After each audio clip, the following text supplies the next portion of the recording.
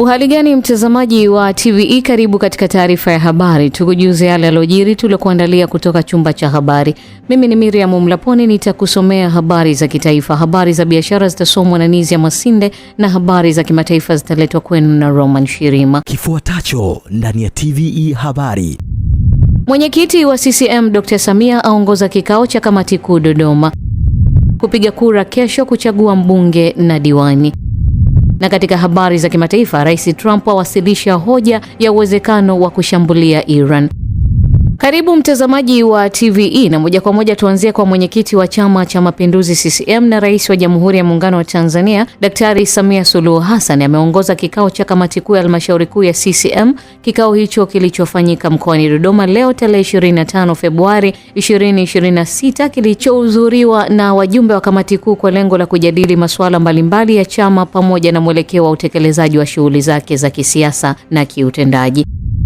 Nchi ya Kidemokrasia ya Kongo DRC imeahidi kuendelea kuitumia Tanzania kama kituo cha umahiri kwa ajili ya mafunzo na rufaa ya wagonjwa ikiwamo wa saratani kufuatia uwekezaji na umahiri wa Tanzania katika utoaji wa huduma za afya. Bula Kimsola ameandaa undani wa taarifa hiyo.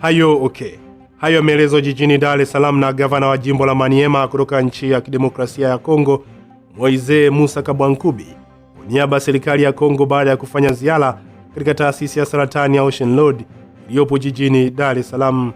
Kabwankubi amesema mahusiano mazuri baina ya Tanzania na Kongo pamoja na huduma na tiba ambazo wamekuwa wakizipata raia wa Kongo wakiwa hapa nchini zimewafanya kuendelea kuleta wagonjwa pamoja na wanafunzi wa udaktari kutoka nchi ya Kidemokrasia ya Kongo kuja kujifunza Tanzania.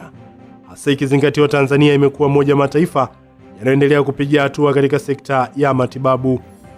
Kwa upande wake, mkurugenzi mtendaji wa taasisi ya saratani ya Ocean Road Daktari Diwani Msemo amesema kwa sasa taasisi hiyo ina mitambo na mashine za kisasa za kimataifa zinazoweza kutibu kila aina ya saratani na ni miongoni mwa mataifa machache barani Afrika ambayo yanaweza kukabiliana na saratani za kila aina. Tulianza miaka 30 iliyopita kama idara ndogo na mashine chache, na sasa hivi tuna mashine za kisasa ambazo zinapatikana duniani kote, world class. Now we are world class center. Tuna mashine zote ambazo ukienda Paris, ukienda Belgium, ukienda New York, ukienda wapi utazikuta.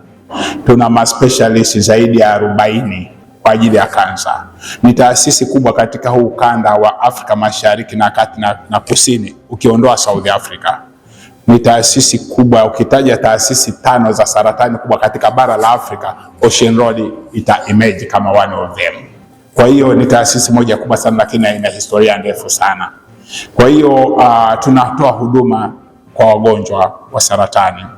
Tunazungukwa na nchi 9 sisi Tanzania, na kutokana na ujirani mwema tulio na hawa ndugu zetu wanaotuzunguka tumekuwa tukipokea wagonjwa kutoka katika nchi za jirani. Asante sana Bula Kimsola kwa taarifa hiyo.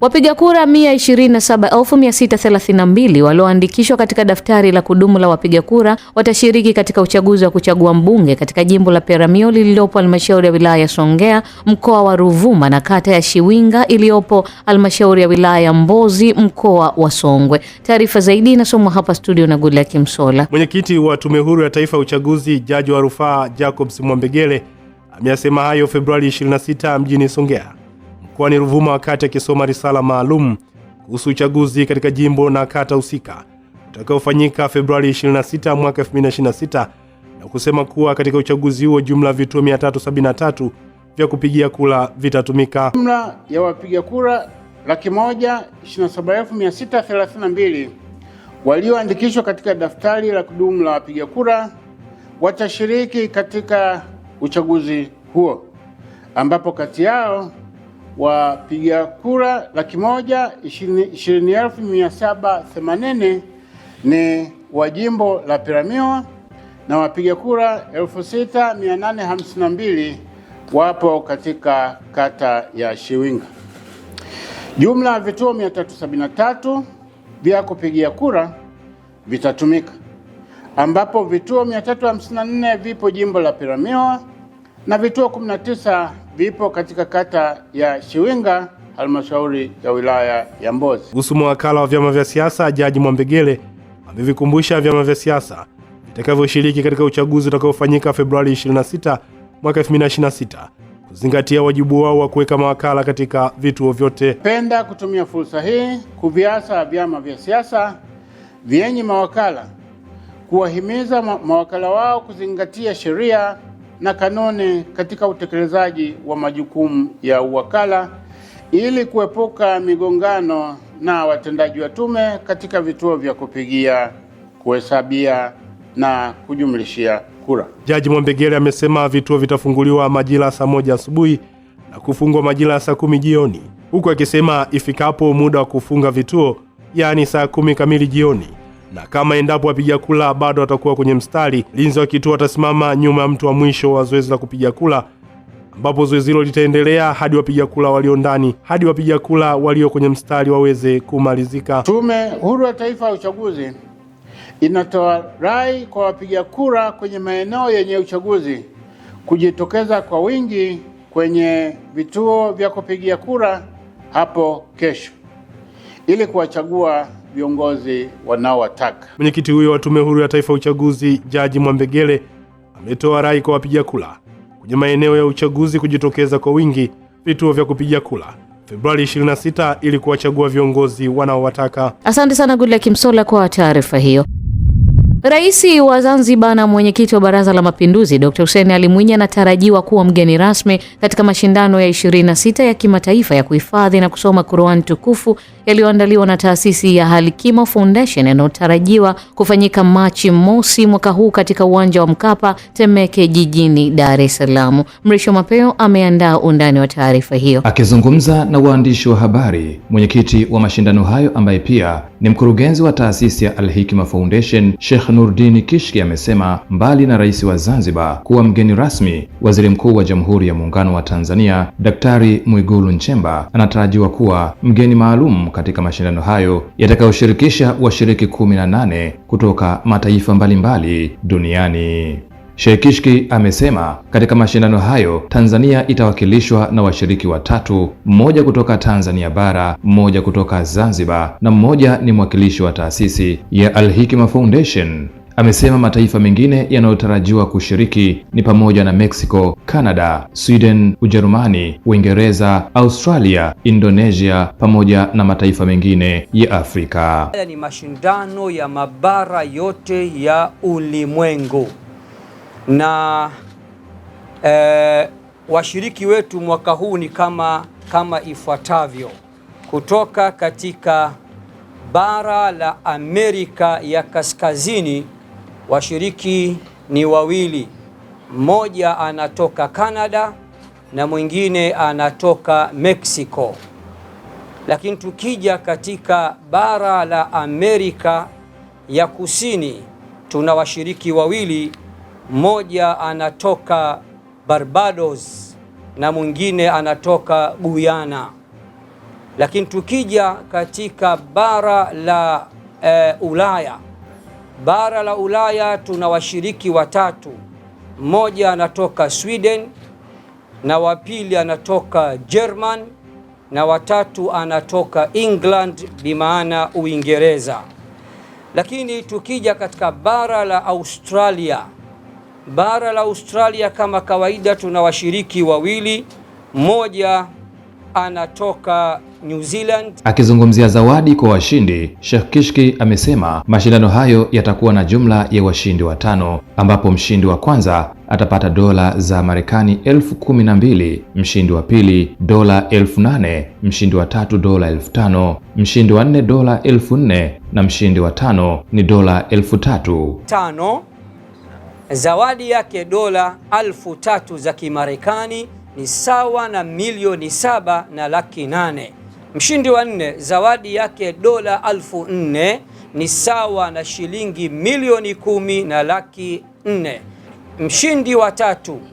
Mshindi wa tatu zawadi yake shilingi dola 5,000 sawa na shilingi milioni 13, na mshindi wa pili ni dola 8,000 ni sawa na shilingi milioni 20 na laki 8. Ama bingwa ambaye mimi na wewe hatumjui lakini tutamjua siku hiyo insha Allah, zawadi yake ni shilingi dola 12,000 kwa reti ya sasa ni sawa na milioni 31 na laki mbili. Na mshindi wa sauti mwenye sauti nzuri zaidi kuliko wote atajichukulia shilingi dola 500 sawa na milioni 1 na laki tatu, na mshiriki mdogo zaidi kuliko wote naye atapata dola 500 sawa na milioni 1 na laki tatu. Na washiriki wote kile kinachoitwa kifuta jasho, washiriki wote watapatiwa laki 5 za Kitanzania, bimaana sawa na dola 200. Aidha, Sheikh Kishki amesema mashindano hayo ya kuhifadhi na kusoma Qur'ani tukufu yamekuwa na mchango mkubwa katika kujenga maadili mema kwa watoto na vijana ndani ya jamii na pia kuinua uchumi kutokana na zawadi zinazotolewa, ambapo baadhi ya washindi wamekuwa wakipata hadi shilingi milioni 30. Hivyo amewataka wananchi kuhudhuria mapema kushuhudia mashindano hayo. Asante sana Mrisho Mapeo kwa taarifa hiyo. Mamlaka ya maendeleo ya biashara nchini TanTrade imewataka wazalishaji wa bidhaa za Tanzania kuanza kujisajili ili waweze kupatiwa nembo za Tanzania zitakazowekwa katika bidhaa zao kwa lengo la kulinda bidhaa za Tanzania katika masoko ya nje. Gulaki Msola anao undani wa taarifa hiyo. Akizungumza jijini Dar es Salaam, mkurugenzi wa biashara kutoka mamlaka ya maendeleo ya biashara Tanzania TanTrade Bilulu Mkude amesema kuwa ili kuhamasisha wajasiriamali na wazalishaji wa Kitanzania kuweza kupata nembo ama alama za Tanzania, wanatarajiwa kuzunguka katika mikoa yote nchini kusogeza huduma karibu na wananchi kwa ajili ya kujisajili na kupata alama ama nembo ya Tanzania. Kama nilivyotangulia kusema hapo awali, huduma hii ilizinduliwa mwaka jana katika maonesho 49. Kwa hiyo mwitikio umekuwa mkubwa kwa wadau mbalimbali, wafanya biashara, na tumekuwa tukitembea katika kanda mbalimbali, na tulianza mkoa wa Pwani, lakini pia tumepanga kutembelea nchi nzima pia kuweza kusajili hii nembo ya Made in Tanzania, na hivi karibuni tayari tumefanya maandalizi ya kwenda kwenye mikoa ya Tanzania ili kuweza kusajili hii nembo ya Made in Tanzania. Kwa mwitikio umekuwa ni mzuri na tunaendelea kuhamasisha, na lengo kama nilivyosema hapo awali kuhakikisha kwamba bidhaa zinazozalishwa Tanzania ambazo ni nyingi zinasajiliwa na hii nembo ya Made in Tanzania. Kwa upande wake, meneja wa ushauri na mafunzo kutoka TanTrade Boniface Mlema amesema moja ya faida ya bidhaa za Tanzania kuwa na nembo ya Made in Tanzania ni kusaidia kukabiliana na bidhaa zisizo na sifa pamoja na kuwezesha bidhaa za Kitanzania kushindana na bidhaa nyingine kutoka mataifa mbalimbali katika masoko ya kimataifa. Tunaelimisha wadau waboreshe bidhaa zao zifikie viwango, wapate nembo ya ubora, waweze kupata hizo fursa za masoko. Vile vile tunaelimisha jinsi ya kutumia nembo hii. Wakishapata nembo hii itawezesha kuondokana na bidhaa feki, kutofautisha bidhaa feki na bidhaa halisi original zenye asili ya Tanzania. Vile vile tunawaelimisha umuhimu wa kutumia nembo ya taifa, kwa maana ya kwamba inaongeza taswira chana kwa taifa letu, kwa maana ya kwamba inatanua wigo wa biashara zetu nje ya nchi.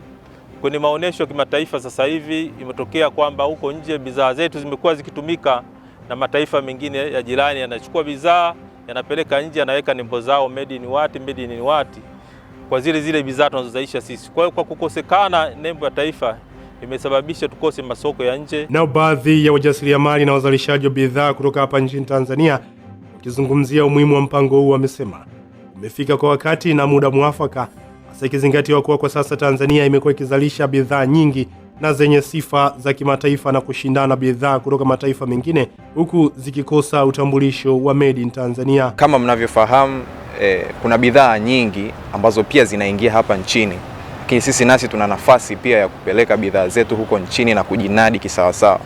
Kwa hiyo dhumuni hasa la kushiriki hapa leo ni kufahamu ni kwa namna gani inaweza nikawa sehemu ya Watanzania ambao wanaweza kunadi hasa bidhaa za Kitanzania, kwa sababu kama nilivyotangulia kusema, sisi ni wazalishaji wa chumvi, lakini tunashirikiana kwa kiasi kikubwa na wakulima wa viungo kama pilipili manga, manjano na kadhalika, na nazi na vingine vingi ambavyo ni vitu asili vinavyotokea hapa nchini. Asante sana Gulaki Msola kwa taarifa hiyo. Serikali mkoani Tabora imeagiza makampuni 8 ya ununuzi wa zao la tumbaku ya ndani na nje ya nchi ambayo hadi sasa hayajawalipa wakulima zaidi ya dola za Marekani 314,000 kuhakikisha yanalipa madeni hayo haraka iwezekanavyo, na imeonya kuwa makampuni yatakayoshindwa kutekeleza agizo hilo hayatapewa ruhusa ya kununua zao hilo katika msimu ujao wa masoko. Taarifa ya Joseph Ndau inasomwa hapa studio na Mrisho Mapeo. Agizo hilo limetolewa katika mkutano mkuu wa 33 wa chama kikuu cha ushirika kanda ya Magharibi, ambapo baadhi ya wakulima wa tumbaku walieleza malalamiko yao kuhusu kucheleweshewa malipo yao ya msimu uliopita wa kilimo. Huu mwaka pale tunazungumza saizi hapo, kuna makampuni bado hayajalipa fedha. Na mwana ushirika maisha yake ni kilimo. Maisha yake ni kilimo, analima ili apate fedha kwa wakati wa mwezi wa 8 na wa 7 na wa 8 ili aendeshe mambo yake. Ilipofikia mwaka mzima hajalipwa, kwanza moja asali yake ya kwanza hatoingia shambani ili kilimo kijacho, kwa sababu hichi kilimo kina maandalizi ya kutumia hata fedha taslimu mkononi. Mpaka saa hizi hali za wakulima wako hoi, hata kununua tu ile yebo ya shilingi 2,000 hawezi, anatembea peku mzalishaji wa tumbaku. Na wakati tumbaku ni kitu cha thamani kutoka kwenye madini kwa nchi hii, ni tumbaku ya pili. Madini ya kwanza, tumbaku inayofuata ni ya pili. Lakini huyo anayezalisha tumbaku mpaka leo hii anakula mlo mmoja. Baadhi ya wakulima pia walilalamikia kushuka kwa bei ya zao hilo kutoka dola 2.1 kwa msimu uliopita hadi dola 1.95 kwa msimu wa mwaka huu. Moyo kwa sababu moja, sisi tunalima kilimo chetu cha tumbaku, tunaingia gharama nyingi. Tumbaku ina gharama nyingi. Tuna wafanyakazi tunawaajiri. Tunakopa mikopo benki ambayo inategemea tuuze tumbaku kwa bei nzuri ili tuweze kukidhi mahitaji ya kulipa mikopo, kulipa wafanyakazi, kusomesha na vitu vingine na kufanya maendeleo nyumbani. Lakini bei inaposhuka, manake mkulima anaweza akalipa mkopo wake asibaki na faida yoyote. Aidha anaweza asilipe mkopo kabisa. Kwa hiyo kushuka kwa bei hii ya msimu huu tofauti na ile ya mwaka jana ni kwa sababu ya myumbo wa soko la kimataifa. Tumbaku zetu zote tunapeleka nje ya nchi. Akifungua mkutano huo kwa niaba ya mkuu wa mkoa wa Tabora, mkuu wa wilaya ya Kaliwa Dr. Gerard Mongela alisisitiza msimamo wa serikali kwa makampuni ambayo bado yanasuasua kuwalipa wakulima, akitaka yalete uthibitisho wa malipo mara moja. Kwa wale wote ambao hawajafanya malipo kwa wakulima wafanye hivyo mara moja. Lakini kwa wale pia ambao hawajafanya malipo katika zile tozo za halmashauri wafanye hivyo mara moja. Na kwenye hili ningeomba bodi mvae viatu vyenu. Mvae viatu vyenu kuanzia mwanzo wa msimu mpaka mwisho wa msimu. Haina ufahari wowote tena kuendelea kila siku nyinyi kupokea simu zetu za kusukuma AMCOS haijalipwa, chama cha ushirika hiki kimelipa robo, kampuni fulani imelipwa robo na nini. Muondoe hii, vaeni viatu vyenu. Aidha, aliwakumbusha baadhi ya wakulima kuacha tabia ya kutorosha zao hilo msimu wa masoko unapofunguliwa, akisema hatua kali zitachukuliwa kwa watakaobainika. Tukikukamata usije ukasema tuliambiwa tutoroshe kwa uchache. Tutakushughulikia. Kwa hiyo kawaambieni ndugu zetu, hakikisheni kila mtu anauza katika mnyororo uliopangwa.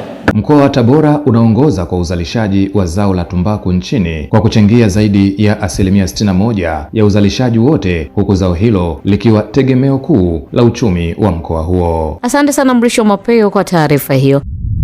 Serikali kupitia Wizara ya Ardhi, Nyumba na Maendeleo ya Makazi imeyapatia ufumbuzi malalamiko ya muda mrefu ya viwanja mbadala kwa wananchi wa jiji la Dodoma. Kwa taarifa zaidi tujiunge na Muhammad Jamal. Suluhisho hilo linafuatia malalamiko ya takribani wananchi 4,000 wa jiji la Dodoma wanaodai viwanja na halmashauri ya jiji la Dodoma kuwapa ahadi bila kutekeleza mpaka sasa. Kauli hiyo imetolewa leo tarehe 25 Februari 2026 na Waziri wa Ardhi, Nyumba na Maendeleo ya Makazi Mheshimiwa Dr. Leonard Akwilapo wakati akizungumza na wananchi wenye migogoro ya ardhi katika eneo la Mahumanyika lililopo kata Nzuguni jijini Dodoma. Eneo hili lenye mgogoro ni eneo la serikali, hivyo lipangwe na kupimwa kwa ajili ya utatuzi wa migogoro, sio hapa na mingine ya juu, pamoja na matumizi ya serikali. Hilo ndio la kwanza. Lakini la pili, katika upangaji huo kipaumbele kiwe ni kutatua changamoto za wananchi wa jiji la Dodoma ambao kwa muda mrefu wamekuwa wakidai viwanja na jiji limewapa ahadi, lakini haijatekelezwa mpaka leo. Kwa hiyo vitakapopimwa vitapatikana viwanja huu, watahusishwa na wale ambao wako maeneo mengine, lakini wana haki ya kupata viwanja kama walivyoahidiwa. Tambua kwamba ofisi ya mkurugenzi iliigiza viwanja 1037 kwenye mfumo wao wa tausi ili wananchi au wengine waweze kupata viwanja ambao vimepimwa, na najua katika hivyo jumla ya viwanja 352 vimeanza kufanyiwa kazi kwenye mfumo wa tausi. Katika kufanikisha zoezi hilo zimeundwa timu mbili kwa ajili ya upangaji na upimaji, na pamoja na ile kushughulika na uhakiki wa wananchi wenye migogoro na kustahili kupatiwa viwanja mbadala. Akiokia uuzwaji viwanja 1037 vilivyoingizwa kwenye mfumo wa tausi ili wananchi wapate viwanja vilivyopimwa katika eneo la Mahumanyika, Dr. Kwilapo amemwagiza mkurugenzi wa jiji la Dodoma kuendelea na uuzaji viwanja kwa waombaji 352 pekee walioanza kulipa, huku wale ambao hawajaanza kulipa maombi yao yasitishwe. Asante sana Mohamed Jamali kwa taarifa hiyo. Wadau wa sheria za anga kutoka nchi mbalimbali duniani wamekutana jijini Dar es Salaam kwa lengo la kupitia na kujadili mifumo mbalimbali ya sheria za anga pamoja na kuangalia nchi ambazo bado hazijajiunga au kuridhia mikataba ya kimataifa ili kuhamasisha ushiriki wao. Taarifa ya Recho Chache inasomwa hapa studio na Nancy Ibrahim. Akifungua mkutano huu wa kimataifa wa kikazi ulioandaliwa na shirika la usafiri wa anga duniani ICAO kwa kushirikiana na mamlaka ya usafiri wa anga Tanzania TCAA, mwanasheria mkuu wa serikali Hamza Johari amesema kuwa mkutano huo unatoa fursa kwa washiriki kubadilishana mawazo na uzoefu juu ya namna ya kukabiliana na changamoto zinazoikabili sekta ya sheria za anga duniani. Johari amesema usafiri wa anga una mchango mkubwa katika kuunganisha watu, masoko, biashara na tamaduni mbalimbali. Hivyo ni muhimu kuwepo kwa mfumo madhubuti wa kisheria ili kuhakikisha sekta hiyo inafanya kazi kwa ufanisi. Kwa hiyo watapitia na kujadiliana katika siku hizi 2-3. Lengo ni kuangalia maudhui ya sheria hizo za anga, lakini na kuhimizana kuhakikisha kwamba nchi zile ambazo bado hazijaridhia mikataba hiyo na kuziingiza katika sheria zao basi waweze kufanya hivyo. Kwa hiyo kwa kuwa ni mkutano wa kisheria na unafanyika hapa kwetu, kwa hiyo waliona wanialike kama mwanasheria mkuu wa serikali nije kuwafungulia mkutano huu, na nimewafungulia. Nimezungumza machache kuhusu umuhimu wa sheria hizi na kuhakikisha kwamba mikataba ambayo imesalia ambayo Jamhuri ya Muungano wa Tanzania bado haijaridhia iweze kuridhiwa, na wataalamu pamoja na wanasheria waliopo hapa wakae wabadilishane mawazo, wabadilishane uzoefu namna gani ambavyo wanaweza kuhakikisha kwamba changamoto zozote zilizopo katika sheria za anga duniani zinatatuliwa. Kwa upande wake mkurugenzi wa TCAA Salim Msangi amesema mkutano huo umehudhuriwa na washiriki zaidi ya 150 kutoka mataifa mbalimbali na kueleza kuwa kikao hicho ni fursa muhimu kwa Tanzania na nchi nyingine kuelewa vyema mikataba ya kimataifa ambayo bado haijaridhiwa. Amesisitiza kuwa kuridhia mikataba ya kimataifa ni hatua muhimu katika kuimarisha utekelezaji wa sheria za ndani, kwani mikataba hiyo husaidia kuifanya sekta ya usafiri wa anga kukua kwa kuzingatia viwango vya kimataifa. Kwanza niseme sisi kama Tanzania tunafarijika sana kuwa mwenyeji wa mkutano huu wa kimataifa ambao unaandaliwa kwa pamoja kati ya mamlaka ya usafiri wa anga na shirika la usafiri wa anga duniani yani ICAO. Kama ilivyoelezwa hapo kwenye ufunguzi, huu ni mkutano wa kwanza kufanyika barani Afrika. Kwa hiyo pia ni mkutano wa kwanza kufanyika hapa Tanzania. Kwa hiyo tunafarijika sana. Kwa ujumla mkutano huu unahudhuriwa na washiriki zaidi ya 150, lakini zaidi ya 70 wakitoka nchi za nje.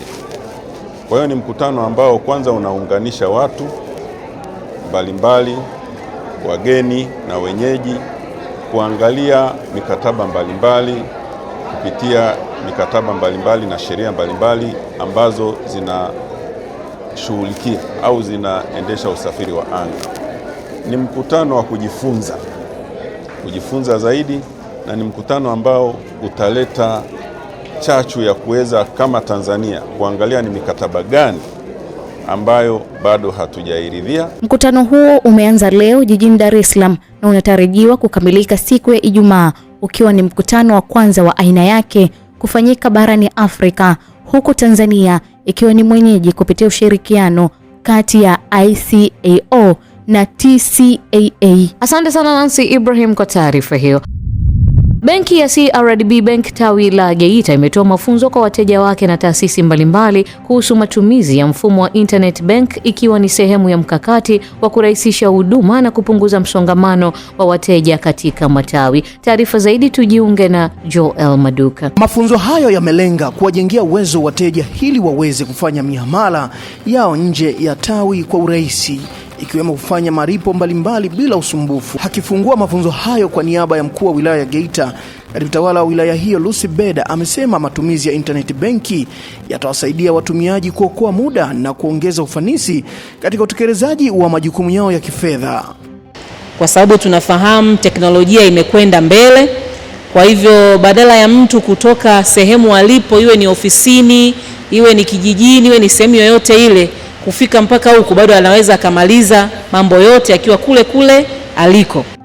Kwa upande wake, meneja wa biashara wa benki hiyo kanda ya Magharibi, Aslem Mwenda, amesema maboresho yaliyofanyika kwenye mfumo huo yameongeza ufanisi mkubwa katika utumiaji wa miamala, ambapo sasa mteja anaweza kutuma fedha kwa watu wengi kwa wakati mmoja bila ya kukwama. Kiukweli internet banking ni moja ya huduma ambayo sisi tumeifanyia uchunguzi na kuona imekuwa na manufaa sana kwa wateja. Na toka tumeianzisha imekuwa na wateja wengi na watu wengi imekuwa ikiwasaidia pia kuweza kurahisisha miamala yao ya kifedha. Lakini pia imesaidia kuweza kuokoa muda wao. Baadhi ya washiriki wa mafunzo hayo wameelezea kufurahishwa na huduma ya internet benki, wakisema inawasaidia kuokoa muda na gharama. Wamesema tofauti na ilivyokuwa awali ambapo walilazimika kubeba nyaraka mbalimbali kufika benki kwa ajili ya kufanya malipo, ikiwemo mishahara ya wafanyakazi, na sasa wanaweza kukamilisha miamala yao kwa urahisi zaidi. Na niliona utofauti kati ya ile manual work, tulikuwa inabidi tubebe document, nyaraka tofauti kwenda benki kwa ajili ya kuweza kufanya miamala, lakini baada ya kuja kwa internet banking imekuwa ni mapinduzi makubwa sana. Kitu gani ambacho tumenufaika nacho? Mojawapo ni kuokoa muda. Wakati mwingine ilikuwa inatubidi tuweze kwenda benki na kukaa muda mrefu, wakati mwingine kuna foleni, client ni wengi. Lakini sasa hivi naweza nikafanya miamala yoyote ile, naweza nikaangalia statement, nikaangalia bank balance, whatever ambacho nakihitaji kutoka ambacho ningeweza ukipata kwenye branch na kipata hapo hapo kwenye desk yangu. Pande wetu sisi Kisangani tumenufaika na huduma hii ya internet banking, hasa imetusaidia kwa kuweza kufanya mihamala yetu kwa wakati hata kama hatuko ofisini, kwa maana ya sisi wakurugenzi. Mwanzo tulikuwa lazima tukutane au tupelekeane zile check kwa ajili ya kusaini ili kufanya miamala yetu, lakini sasa hivi iwe tuko pamoja, iwe tuko mbali, tuko nje ya mkoa, tuko sehemu yoyote, huduma zetu zinaendelea kupatikana. Hatua ya CRDB benki tawi la Geita kutoa mafunzo ya matumizi ya internet benki inaonyesha dhamira ya benki hiyo kuimarisha huduma za kidijitali na kurahisisha upatikanaji wa huduma za kifedha kwa wateja wake. Asante sana Joel Maduka kwa taarifa hiyo.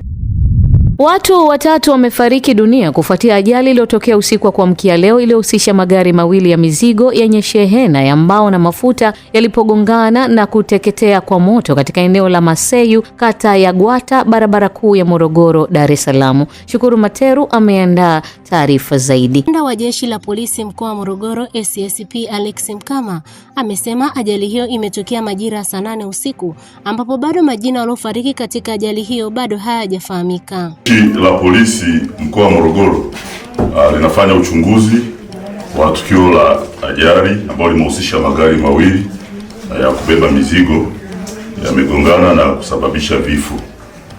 Tukio hili limetokea usiku wa kuamkia leo, kwa maana Februari 25, 2026 saa 8 usiku katika eneo la Maseyu, hii ni kata ya Bwata, wilaya na mkoa wa Morogoro.